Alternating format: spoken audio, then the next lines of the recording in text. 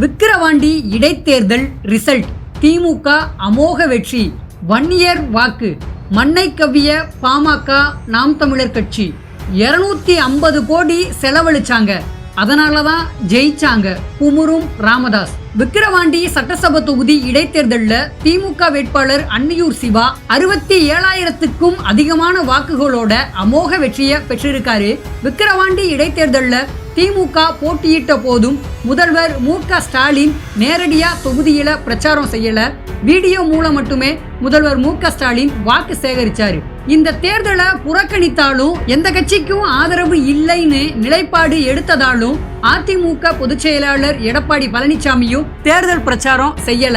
விக்கிரவாண்டி சட்டசபை தொகுதி இடைத்தேர்தல் வாக்குப்பதிவு கடந்த 10ஆம் தேதி நடைபெற்றுச்சு. திமுகவோட அன்னியூர் சிவா, பாமகவோட அன்புமணி, நாம் தமிழர் கட்சியோட அபிநயா களம் கண்டாங்க. இன்று காலை 8 மணி முதல் வாக்கு எண்ணிக்கை நடைபெற்று முடிவுகள் அறிவிக்கப்பட்டது. முடிவுல திமுகவோட அன்னியூர் சிவா அமோகமான வெற்றியை பெற்றிருக்காரு. விக்கிரவாண்டி தொகுதி 2011 தான் உருவாகுச்சு. ஆனா இதுவரை 2019, 2021ன்னு 2 இடைத்தேர்தல்களை எதிர்கொண்டிருக்கு. 2021 தேர்தலில் வெற்றி பெற்ற திமுகவோட புகழேந்தி லோக்சபா தேர்தல் பிரச்சார களத்துல உயிரிழந்ததால இடைத்தேர்தல் நடைபெற்றுச்சு. பொதுவா இடைத்தேர்தல் களம் அனல் பறக்கும், தலைவர்களோட பிரச்சாரம் களை கட்டும். ஆனா விக்கிரவாண்டி தொகுதி இடைத்தேர்தல்ல அப்படி எதுவும் பரபரப்பானதாகவும் இல்ல. திமுக வேட்பாளர் அன்னியூர் சிவாவை ஆதரிச்சு முதல்வர் மு.க. ஸ்டாலின் நேரடியா பிரச்சாரம் செய்யல. ஆனா வீடியோ பதிவு மூலம் வாக்கு சேகரிச்சாரு. அண்ணா திமுகவை பொறுத்த வரையில இடைத்தேர்தலை புறக்கணிச்சிச்சு. மேலும் எந்த ஒரு கட்சிக்கும் ஆதரவு எனவும் தெரிவிக்கல. இதனால அதிமுக பொதுச் செயலாளரான எடப்பாடி பழனிசாமியும் விக்கிரவாண்டி பக்கம் வரல.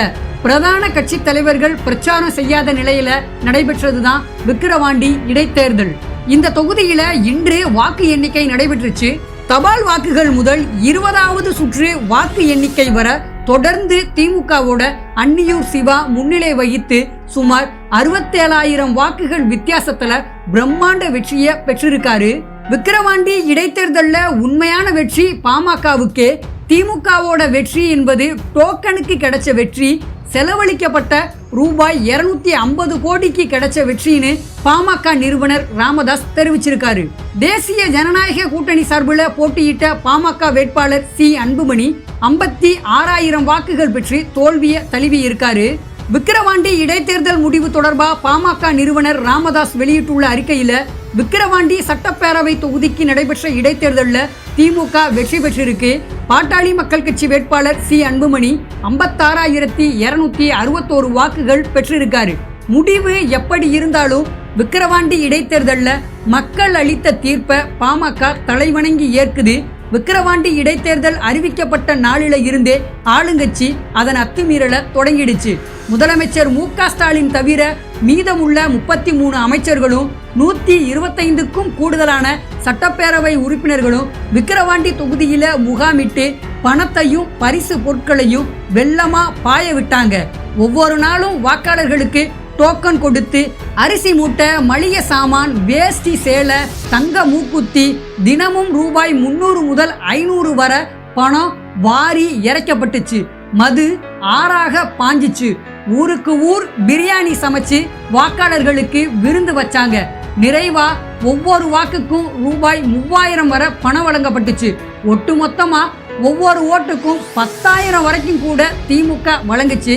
அந்த வகையில திமுகவோட வெற்றி என்பது அரிசி மூட்டைகளுக்கு கிடைச்ச வெற்றி, டோக்கனுக்கு கிடைச்ச வெற்றி, வேட்டி சேலைகளுக்கு கிடைச்ச வெற்றி, தங்க மூக்குத்திகளுக்கு கிடைச்ச வெற்றி, மளிகை சாமான்களுக்கு கிடைச்ச வெற்றி, வெள்ளமாக பாய விடப்பட்ட மதுவுக்கு கிடைச்ச வெற்றி, திமுக சார்பில் செலவழிக்கப்பட்ட ரூபாய் 250 கோடிக்கு கிடைத்த வெற்றி.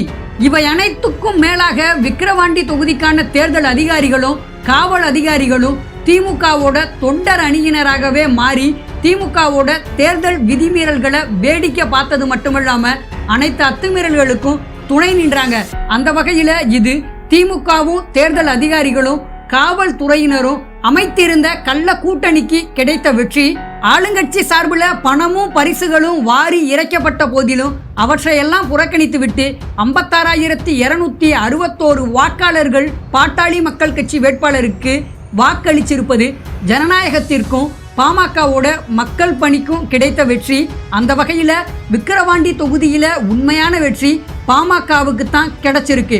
பணத்தை வாரி இறைச்சு திமுக பெற்ற வெற்றி தற்காலிகமானது. 2026 தேர்தலில் பாமக மாபெரும் வெற்றியை பெறுவது உறுதி.